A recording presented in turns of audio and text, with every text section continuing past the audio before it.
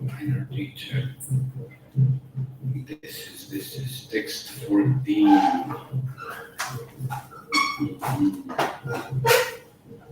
Okay, what did we discuss last Thursday? A few days ago.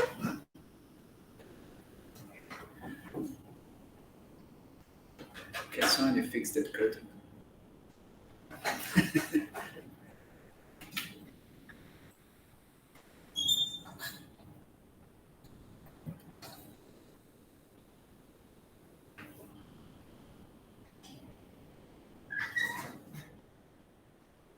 King Puranjan in the last verse he had his dinner and he satisfied his thirst and hunger, and then he felt some joy within his heart, and then he was attracted by Cupid instead of going toward the higher consciousness. And in a neophyte devotee, in the name of Prasadam, sometimes has luxurious food items, which results in his fall Why are you laughing? Why are you laughing? when he has luxurious food items in the name of prasadam, he falls down and he becomes attracted by Cupid himself. Okay, so let's clarify this. So we said that last verse, King Purajana has been described as being fatigued. He came back to his home. He got relief. He had a very nice, opulent meal. But then instead of elevating his consciousness, he actually degraded his consciousness. He started becoming attracted towards sinful activities. No, that is what it happened. So we compare that to our search, our journey in spiritual life, where we get relief from material miseries, right? Mostly we do have experience of material miseries, some kind of difficulties, troubles, problems, whatever it is. And we come to the spiritual life and we feel relief, but then instead of progressing further, then we might again become distracted by material energy or different kinds of attachments and desires that we had earlier. And that's a very serious flaw.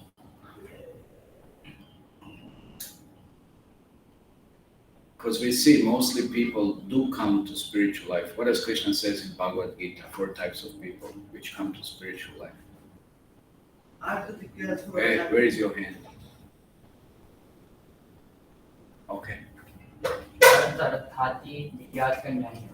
one who is desired for wealth, inquisitive one, and the one who comes by knowledge, and one who is in distress. Okay, so 4 types of people: those who are in distress, those who are in search of wealth, those who are inquisitive, and those who are in search for absolute truth.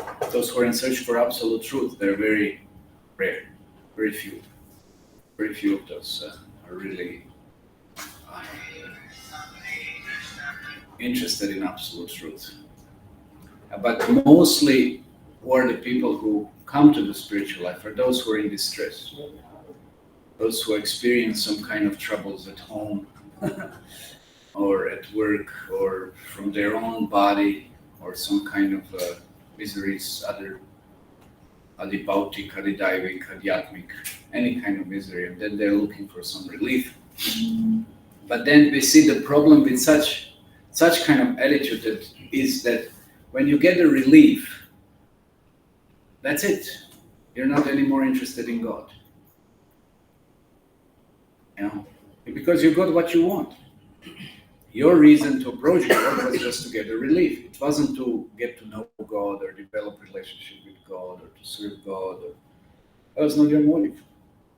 And that's why the problem is that when this is the only cause for approaching God, then once it becomes fulfilled, what's the need of God? What's the need of spiritual life? What's the need of spiritual practice? So that's a very low neophyte level of spiritual practice. Of course, it's good. Krishna says, akama kamo Sarvava Moksha Kama Uddhara Divrena Bhakti Yogena Tyajata Purusha Param. He said that yes, whether one has desire, doesn't have any desire, has all the desires, whatever it might be, it's good to approach him. Better to approach him than anybody or anything else. That is that. Because even from there, then one will make some spiritual progress. On his spiritual credit, there will be something accounted. So that's good. But it's not good enough. One still has to progress. But it's good. It's better than not even approaching Krishna or approaching somebody else. But we have to advance further than that. That's why when we come to spiritual life, one has to come in contact definitely with somebody who can inspire one to progress further. And this is what is essential. That's why it's not just sufficient for one to only advance by its own so-called endeavor or just for fulfillment of material needs. That's not good enough. That's not sufficient. So we see that's a big obstacle in spiritual life. You know, when we're interested only in our urges, our needs, or just some kind of basic necessities, experiences, because it's not sufficient to be interested only in oneself. One should start becoming interested in Krishna. That's where really spiritual life starts. Not just what we can get from Krishna, but what can we do for Krishna. That's where spiritual life starts. So it's not just, okay, I need this. You know, God is just an order supplier. Give me this, give me that. I want, something. I think my spiritual master said that his father, when he was young, he gave him a nickname. Give me, get me, can I? Yeah, that's all what mostly we are interested in. Is give me, get me, can I? Yeah. But when we a little bit grow up and we expand from our anamaya, self-centeredness, we understand there are others also. Maybe we can share something. Maybe we can also sacrifice for others. That's where consciousness expands. And of course, ultimate sacrifice is devotee will sacrifice everything to try to make people Krishna conscious, because that is our real svabhav, our original self. So that requires a lot of sacrifice to make anyone really Krishna conscious. So that's why one has to be very cautious, because like this, just approaching a spiritual life initially and finding some taste in some, let's say, entertainment by hearing. How many people go to YouTube and just keep on checking all kinds of things going on, like hearing bhajan or some presentations or some motivating this and motivating that and all kinds of things. But, if one doesn't have a connection with somebody who is sincerely practicing spiritual life, what will happen here? One will over endeavor on that path and see fall down, be distracted by sensual enjoyment. That's what happens. There's not much use then of all these different things. Actually, it's even worse, because it may be translated or purported that this is what the goal of life is, to approach Krishna, to just get some temporary relief and exploit Krishna's energy for us ourselves. That's all. That's the message then that one gets. That's a very wrong message. That's a seriously wrong message, that we practice spiritual life just to gain something out of Krishna. And that's all that is. That's material spiritualism. Of course, it sounds like oxymoron, Material spiritualism. What does that mean? When we take spiritual life, but for the sake of material benefits. So it doesn't work actually, it doesn't exist, but it can happen like this. Mostly it does happen. Mostly it does. You see, the most religions in the world, including whatever goes on here in India, or how many of religious so-called go on here in India, mostly that's what's the mentality. What can I get from God? Not what I can do for Him. That's what it is. Yeah, so this is why Srimad Bhagavad declares all of those as Kaitava Dharma, cheating religion. Cheating because they're not really for our real benefit. They cheat us of our real benefit, because we, You realize all that process, time, energy invested for what? For just some material benefit, just for the temporary material body, instead of eternal spirit soul. So that's why we cheat ourselves, actually, by not knowing the real purpose of the spiritual life. So this is how King Puranjana, in this allegorical story, he went to forest to hunt, to enjoy, committing sinful activities and everything, felt fatigue. He got relief, but then, unfortunately, he didn't know what to do further. And therefore he fell back. Okay. Any other points from last time? Well, a little bit further last time. Anything else? Yes? If one doesn't have something higher rotation Krishna consciousness, then he may fall down again. Okay, so one doesn't have anything higher, yes, he will fall down. Only That's what I medication, said, but that higher you can get only when you're properly guided. only medication from miseries are not sufficient to try to get some higher. Yeah. Something better, because then if you don't have anything better, you fall back to whatever you know that, or whatever your mind is attached, or whatever your mind thinks it's pleasurable or satisfying. So not good enough. And you may say in some way, okay, I got relief from spiritual practice. No? I got relief. You can philosophize like this. So say, okay, I got relief from spiritual practice. So that is also some pleasure. Right? That is a pleasure. That's like that. That's our conception of happiness in material world, cessation of misery. So okay, I got some pleasure. But the problem is you don't suffer always, no? There are moments where you do feel some material so-called happiness, no? So when that is the case, would you approach God? That's the problem. You don't approach God. You don't approach God. So that's why so-called relief and so-called little happiness, that you've experienced by practicing a little bit or taking advantage of Krishna consciousness, that's not good enough motivator to kind of propel you further towards spiritual practice. It's not good enough. So just relief of something negative, it's not sufficient. It's not sufficient. There has to be something far more positive, far more greater and higher than just cessation of misery. So this is what we have to understand, and this is what distinguishes one who is a neophyte in spiritual practice from one who is already steady and firm in his spiritual practice. Ho, ho, ho. I just remember something. I forgot to bring some prasad. Anyway, just remind me. Because we're talking about prasad really.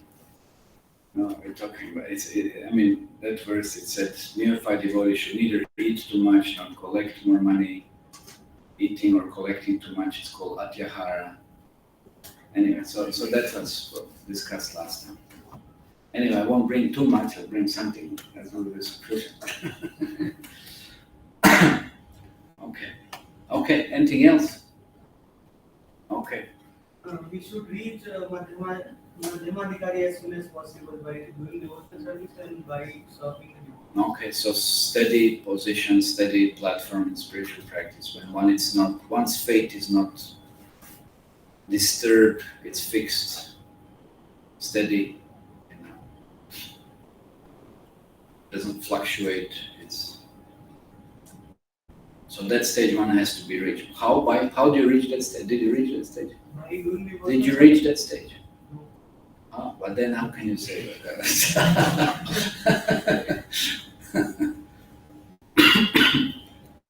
Yeah, it's hard to say. Okay, theoretically then. Speak from the theoretical point of view. By serving the devotees. Okay, by serving the devotees, yes. By serving Krishna, no? By being as much as possibly constantly engaged. Anything else? If the example of that horse rider who was supposed to come back by sunset, but Okay. then he saw some beautiful things. Really? That was last time? Yes. Okay. And he was just moving and moving and moving on. Yeah, because of greed, and then he lost it all. No? Last time. Yeah, but that's what I'm saying. Anyway. Okay, so let's read today's verse. Atah pura striyo prichat vimana iva vedishat apiva shalam rama sesh varinam yatha pura. Translation and purport by His Divine Graces Bhaktivedanta Swami Srila Prabhupada. At that time, King Puranjana was a little anxious, and he inquired from the household woman, "My beautiful woman, are you and your mistress all very happy like before or not?" Purport. In this verse, the word Vedishat indicates King Parchinabharhi. When a man becomes refreshed by association with devotees and awakens to Krishna consciousness, he consults the activities of his mind, namely thinking, feeling, and willing, and decides whether he should return to his material activities or stay steady in spiritual consciousness. The word kushalam refers to that which is auspicious. One can make his home perfectly auspicious when he engages in devotional service to Lord Vishnu. When one is engaged in activities other than Vishnu Bhakti, or in other words, when one is engaged in material activities, he is always filled with anxieties. A sane man should consult his mind, its thinking, feeling, and willing processes, and decide how these processes should be utilized. If one always thinks of Krishna, feels how to serve him, and wills to execute the order of Krishna, it should be known that he has taken good instruction from his intelligence, which is called the mother. Although the king was refreshed, he nonetheless inquired about his wife. Thus he was consulting, thinking, and willing how he could return to his steady good consciousness. The mind may suggest that by Vishaya Bhoga, or sense enjoyment, one can become happy. But then, when one becomes advanced in Krishna consciousness, he does not derive happiness from material activities. This is explained in Bhagavad Gita. Vishaya Vinavaktam te niraharasya dehinara suvajjavasopyasya paramdishtam bhaktate. The embodied soul may be restricted from sense enjoyment, though the taste for sense object remains. But ceasing such engagement by experiencing higher taste is fixed in consciousness. One cannot be unattached to the sense object unless he finds better engagement in devotional service. One can cease from material activities only when one actually engages in devotional service.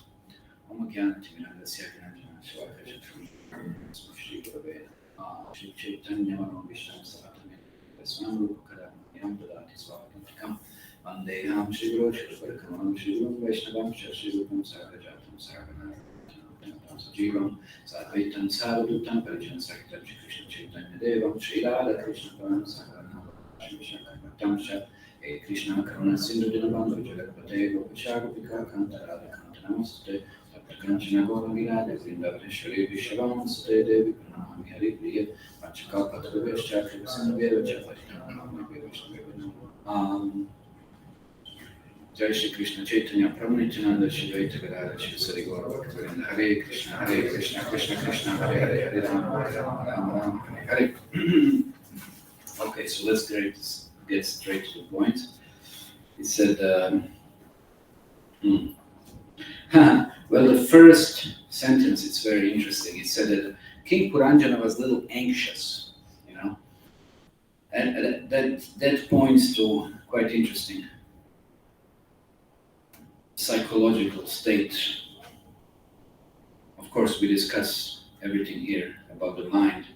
So he inquired from the household woman. So anxious, what does that mean, anxious?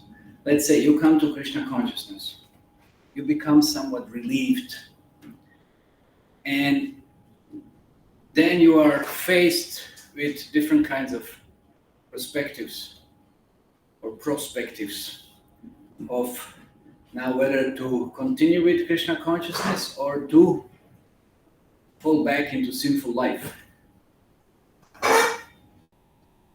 This is what we discussed, to fall back into sinful life. Anyone ever had that kind of a conflict in the mind? Yeah, it's just when you experience something good, whether to resume, whether to continue with it, or just kind of to forget about it and then perform some kind of activities which were performed earlier that made very strong impressions also. So that can become very conflicting in the mind. But the point now is, the difference is now that before one was committing so many different kind of activity, I was just thinking this is just regular, just, we use the word normal. That's normal. That's normal thing. You don't even think about it. What's so bad about it? What's so, what's the big deal? Like now, I'm just thinking, I'll have to go back home. And luckily, anyway, my brother doesn't live in my home. He has another home. But my mother told me that, they found some dog on the street or whatever. And then his wife became very compassionate, blah, blah. Not his wife, actually. It was wife's sister. And then she suggested, because she already had a dog, so she suggested, why don't you have one? They had a dog at home.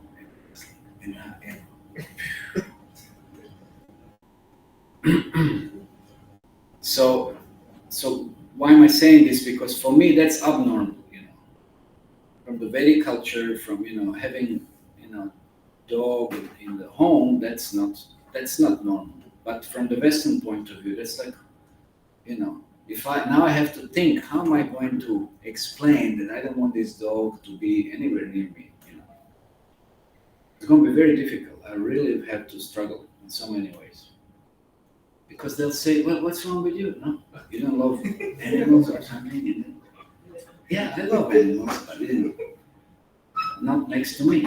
It's just not such kind of animals. I love cows and stuff. Some pure species. Anyway, not a dog that licks anything. Does all kinds of things. So for them, dog in the house, what's the big deal? That's normal. That's such so normal thing. But for me, it's a whole different concept. So being, living a life in the lower modes of material nature, it's normal for people. It's just normal. Committing sinful activities, it's just normal thing. Everybody does it. What's the problem? But when one comes to some higher consciousness, then it's not normal. It's not normal. It's a whole different thing. Because when one comes to higher consciousness, he understands the causes of action and reaction in much broader and deeper ways. Makes an enormous difference. The vision and perception, it's absolutely different. So therefore, when one at least comes to some, like here we hear, one comes to some extent to some Krishna consciousness and raises the consciousness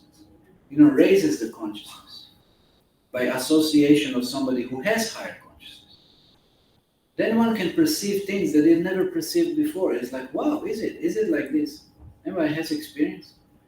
Like you start understanding things in a much greater way. But then again, there is that tendency that if you don't have an association, then you're covered back. And then back to your old business, which you think it's normal now. But then there is something here, like here it says, became anxious. That means he had a good experience, positive, enlightening, elevating experience, and now he can't ignore that. See, once you come to Krishna consciousness, That's it. You're gone. There's no way back. You may try as hard as you want. It's never going to be the same. It's not going to be the same. You cannot, you can, anyway, I'm not saying you should, but definitely don't try to be, again, sinful as you were or whatever, because we were all sinful, that's why we're here in this material world. But it's not going to be that easy to forget Krishna. I remember some pastime, some stories, some devotees sometimes, they were devotees and then they didn't want to have anything to do anymore. They just wanted to bloop a little bit, just sleep and do old so-called good things. And every now and then they would come across some devotee and it's like, how can I do this now? And I said, how can Krishna would remind them. Krishna would somehow remind them. And that's not such a problem here in India, but I mean, it's the bigger thing in the West when, there's not so much Krishna. I mean, here every wine shop has, Venkateshwar wines or something. I don't know, Balaji poetry or something. That's in South. Krishna is that, You can't escape, But in the West, that's really funny in the West, It's like, and there are such arrangements, you just can't. How can, where from, you just can't escape. So that's funny, but that's not the problem. That's not the problem. It's not like externally, but the problem is internally. It's internally. Internally, you try to be, let's say you try to be sinful, go out with girls and this and that, whatever. But internally, you'll just, because you already had some taste of Krishna consciousness, you will understand how abominable actually all the other things are. Because you get here, you got higher taste.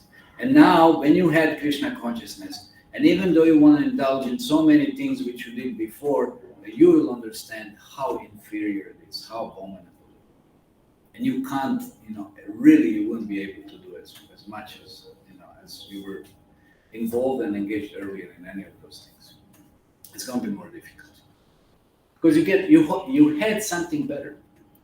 You had some good experience. And that good experience, that's the seed of Bhakti Lata.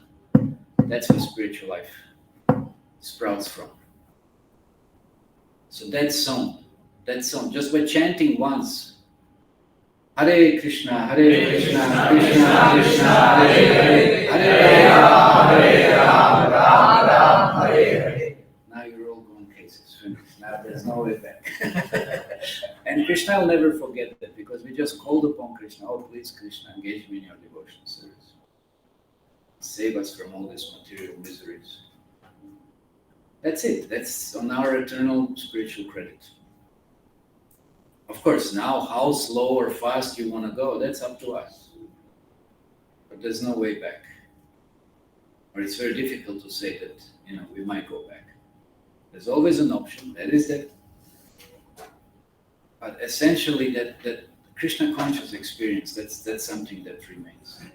So that's why whenever we are exposed to that perspective of material enjoyment and sinful life, one may forget Krishna, that is there. But at some point, one will be somehow or other reminded. And as I said, not necessarily externally, but from within. Because there is also Krishna conscious impression. And then it's gonna be tough. It's gonna be tough. Then one will really struggle. One would want to kind of become a demoniac, rakshasic, whatever, something like really forget about Krishna and just do and get whatever he can. But it's not going to be easy. It's going to be a big struggle. So that's the anxiety. That's the anxiety. One will face the anxiety when faced with such kind of a decision. Because we see you can't enjoy before because you're not in that ignorance anymore. That's the problem. You know. Now you know what you can expect, and you know what leads to what, and you just have knowledge. You just have knowledge, and you had some higher taste. And it's so difficult to be just an animal again. It's so difficult. So difficult. So here, therefore, Srila Prabhupada in the purport points out that when one becomes refreshed by association with devotees and awakens to Krishna consciousness, he consults the activities of his mind, namely thinking, feeling, and willing, and decides whether he should return to material activities or be steady in Krishna consciousness. So that's what, in association, that awakening happens. That awakening happens. And of course, our choice is always there. What do we want? We want to go back, or we want to go further in Krishna consciousness. That choice is there. And that is now very serious consideration. What do we want? What do we want? We should first of all understand that advancing in spiritual life doesn't mean, it's not like one or the other. It's not like black and white. That's mostly what we find, people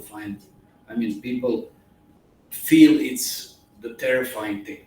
No, I have to make a choice, either this or that. But it's not like that. So we can sweeten a little bit, we can kind of relax that kind of fear by pointing that it's a gradual process. It's a gradual process of what? What do we have to do? We don't have to give up anything essentially, really. We just add Krishna into it, that's all. We just add Krishna, and then by adding Krishna, and everything else will fit. Again, like we discussed last Thursday, Shanai, gradually, step by step. There's no need of jumping. There's no need of, so immediately ending into something unknown. No, it's a gradual understanding, and with this, with realization, one advances. So there is no fear of losing anything. That's why Krishna says, Ananyas chintayanto mam yejana paripasate. What's the third line? Anybody knows? Ananyas chintayanto mam yejana paripasate. Tesham satatam yuktanam, is it? Anyway, I forget. Doesn't matter. But the purport is, the point is that whatever we need, Krishna supplies. And whatever we had, Krishna preserves. He's not taking that away. Tesham nitya biyuktanam tetvanva mohanil. Anyway, okay, fine. So that's the point. Krishna preserves what we have, what we really need, what is important. And then what it's lacking, he adds to it. So that's really amazing. It's really Krishna's mercy. It's Krishna's wonderful blessing. So what to do? That's what Srila Prabhupada said. One can make his home perfectly auspicious. No. You do whatever you are doing. You just perform devotional service to Lord Vishnu, add that to everything else. So that's why one should consult sane intelligence. Here Srila Prabhupada in the purport likens it to a mother. And therefore, that intelligence then guides the mind. Mind, we know, governs three principal functions: thinking, feeling, and willing. Mind thinks. That's what mind is. Mind is thinking about so many things. What is it thinking about? It's thinking about various kinds of impressions that we have impressed within it. That's the function of the mind. Mind absorbs. Mind is exposed to different kinds of stimuli that comes from all the different senses, whatever it might be: sights, smells, sounds, tastes, touch, whatever it is. So whatever it's impressed with in the mind, this is what mind dwells upon. It thinks about it. It thinks about it. So that's thinking. Mind is just processing all the information that it's impressed with it. That's all. Impressed, written, stored, like a software program, whatever it is. That's the mind's business. So he thinks about it. First we impress, then mind thinks about it, and then you start thinking. That's contemplation. Dhyayato vishampunsa sangasteshu pajayate sangat sanjayate kama kamat krodha vijayate. So what is the first thing? When one perceives another, let's say, now, okay, I perceive the clock. And based on my perception, my mind starts thinking. What it starts thinking? Anything in relationship to the time. Something that associates with some earlier impressions of time, whatever it might be. Starts thinking. And then it starts contemplating time. And then billions of things come into mind. Billions. You open some folder, right? Then you have billions of things into. Then you open another one, and then within the 5 days, it's just like unending. It's just the mind carries you here, there, here, so many different places, right? And then maybe something might be more prominent than the other, and then what you do, you become a little more fixed on this. And then again, you're kind of feeling. Then you're feeling. What is feeling based upon? Feeling is based, again, upon certain impressions. 9 o'clock. Okay, so I'm feeling 9 o'clock 12 years ago. This and that, So I'm now feeling whether I had a good experience or bad experience. That's feeling. Feeling means that I'm feeling it was a good time or it was a bad time. And then based on this now, what is the next step? So whether I had a good impression or a bad impression, that's all. But that's another trick of the mind. Mind doesn't have intelligence on it. So mind doesn't discriminate. That's the biggest problem with the mind. That's why mind has to be guided by intelligence, discrimination. It's not just what is good or bad, but good or bad, what about different circumstances? Sometimes the same thing can be good and sometimes the same thing can be bad. That's why you need intelligence. Mind is not good enough because your mind will tell you, I had bad experience in Krishna consciousness. Whatever, connected to whatever it is, and therefore drop the Krishna consciousness. But it doesn't consider that might be different circumstances, might be different exchange, might be different this. That's not mind's business. I just like, I don't like. That's all. I'm feeling this is maybe bad. That's all what mind does. Or I'm feeling that's good, but it might not be good. Might not be good because your mind, if you act by your mind and you're more on that emotional level, but not rational, supported by intelligence, then let's say just some days some people were having some kind of sickness, I don't know what was some kind of infection, something was going on. And in such a state, let's say you're not supposed to have sweet rice, kheer, something like this, no? So when you're thinking about it, okay, I'm now seeing 9 o'clock, usually 9 o'clock in the morning, not in the evening, we get after Srimad Bhagavatam. Please come for Srimad Bhagavatam tomorrow. Tomorrow's Prabhupada's class. Even exactly at this time, you'll get very nice Mahaprasadam kheer. Not this time, it's 9 o'clock, but in the morning, not in the evening, you'll get a nice kheer. You get nice Mahaprasadam kheer.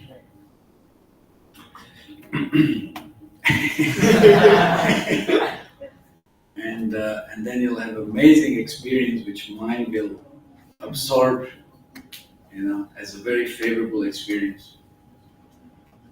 So like this, so mind is just, it's like accepting or rejecting based on what? Based on that feeling. How was before? But let's say if you are sick, like I said, you're not supposed to have it. Mind will say, this is good. But is it good? Some course going to make you more sick. Not a good idea. But mind will not decide. Mind will not decide. Mind will just say, or push us into the third stage, which is willing. Willing, I want it, I'm going to do it, I'm doing it. Based on that kind of impression. So that's not good enough. But of course, these are functions of the mind. You can't blame the mind, that's what mind does. That's its nature.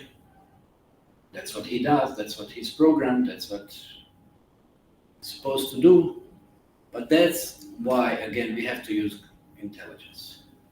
So now when we are faced with this, again, perspective of we come to Krishna consciousness, like it said here, and we are faced with either positive or negative reactions, what to do in our life, then we should start thinking, feeling, and willing, but again, supported by intelligence. Thinking, feeling, willing, but in Krishna consciousness. That's what we should do, not dropping back to some kind of other activities that we used to perform earlier, which led us to such kind of unfavorable situation. So that's something that is very serious. So like what people usually do, what do? They just perform all kinds of activities and then they think they'll get different results. How is that possible? If you perform certain kind of activity in a certain way again, you're going to get the same result. You've been getting it earlier. That's another one good from Einstein. That's what he said. That's a madness. That one expects a different result but performs the activities in the same way he used to. So that's a madness. You perform same things over and over in the same way, and then you're expecting a different result. Are you bold? Where's the brain? That's a madness. Correct. It's a madness. So that's one type of madness. So that's why we have to understand that if we perform activities that are not in connection with spiritual life, we're going to get same results. What that means? That means suffering. That's all. That's what it is. It's suffering. Activities performed in the mode of ignorance and passion lead to suffering. So that's why one has to turn towards Krishna consciousness and use his intelligence and perform activities. Nobody says we should be inactive. No, one should be active, but be active for God, be active for Krishna. And that's how one can then, have completely different, really refreshed experience and then live, have a whole different experience here. And then another point here, quite some number of points here. It says that one also cannot be inactive like this. One has to go for some positive activity. One cannot be unattached, yes. One cannot just seize, okay, I'm not going to do anything, I'm not going to get involved, restricting.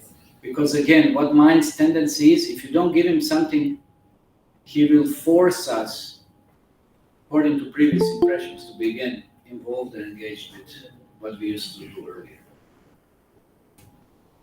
So that's why we have to feed the mind.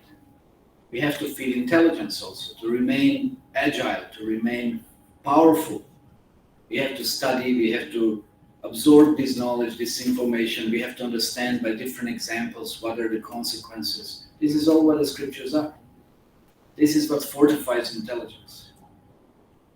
And then also mind has to have good experience. And we have plenty of opportunities. Every now and then we have some festival. Every now and then we have some arti. Every now and then we have some satsang, some opportunity for service. This is all giving mind all the, wonderful input of thinking, feeling, and willing, but about Krishna. And what is more satisfying than something that is most fulfilling? That's Krishna. It's perfect. Everything actually we're really looking for, it's Krishna. Again, source of everything. Source, if, again, we see something in an effect, then definitely it's its cause. So who is the cause of everything? It's Krishna. So that's why mind should be engaged in Krishna consciousness. and not just superficially renounce anything, but be positively engaged, and in this way gain the higher taste. Okay, these are the major points here. A few other, just maybe consider them. But are there any comments or questions on this, what we discussed so far?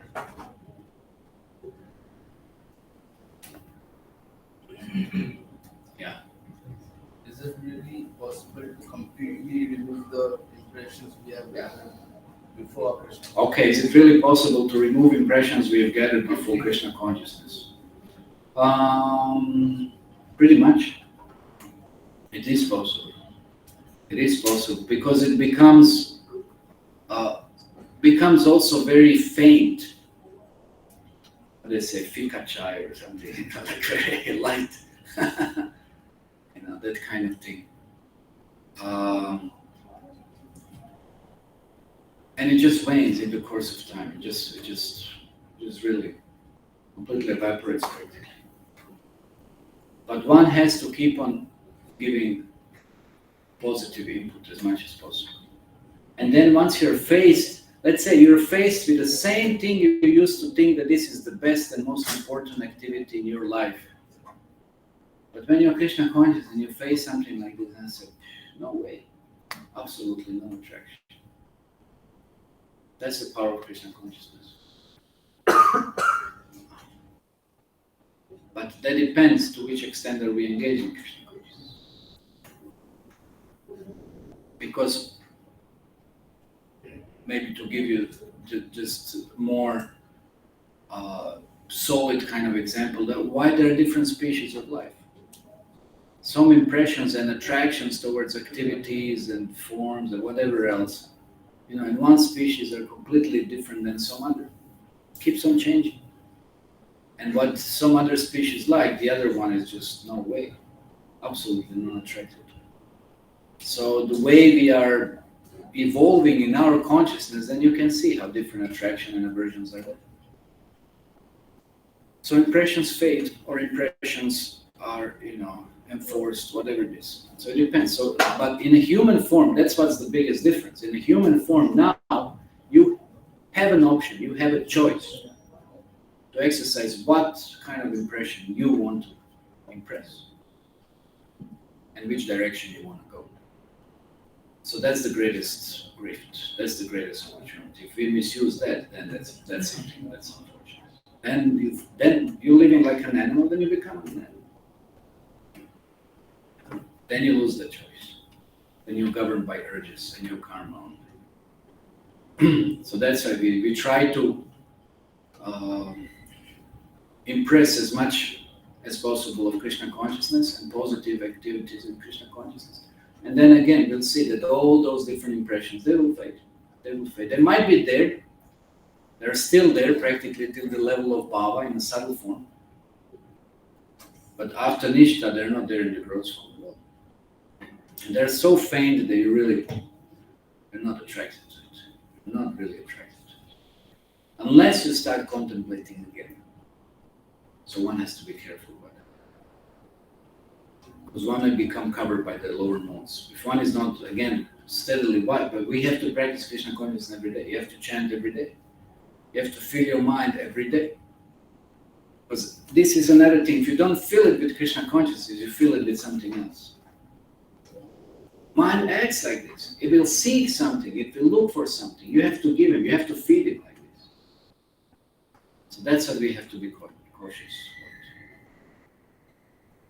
Okay. Anything else? Yeah. We have different services option. Mm. Some are physical, some are mental. Like even by doing physical service, like we do flower plucking, there is no Flower plucking tomorrow morning. Yes. So there is no such like when we read some shlokas, we have to use our mind and intelligence to understand it. So in that case, there is no such exercise of mind. But then too, it will transform our mind by doing such service because it is physical. It all depends how we are taking this service. Like this morning, I had to interfere some plucking was going on and absolutely non-conscious. And the flowers were flying all over the universe. Instead of taking them nicely and putting them nicely and thinking it's for Krishna, nor did I make it juta when it falls down or here, and then I even smell it, wow, or something. I mean, what we are doing, no? What we are doing. There has to be some consciousness. It's for Krishna's pleasure and so many other things. So preferably we should understand this. We are plucking, these are Krishna. First of all, there are Krishna's flowers, they're in Krishna's garden. Now we should give them to Krishna. Later on you can have maha and then you smell it the whole day if you want. But first it should be given to Krishna. So when we should preferably have, and the better consciousness, the better result will be there. And the greater benefit. No? Okay. Something else? Okay. So I guess, well, anyway, 1 second. Next week somebody else will continue. I'm stopping here and I'm going to continue with King Purandana's story whenever I have a chance again. From next week you will hear some other parts of Srimad Bhagavatam. So you can learn something a little bit different.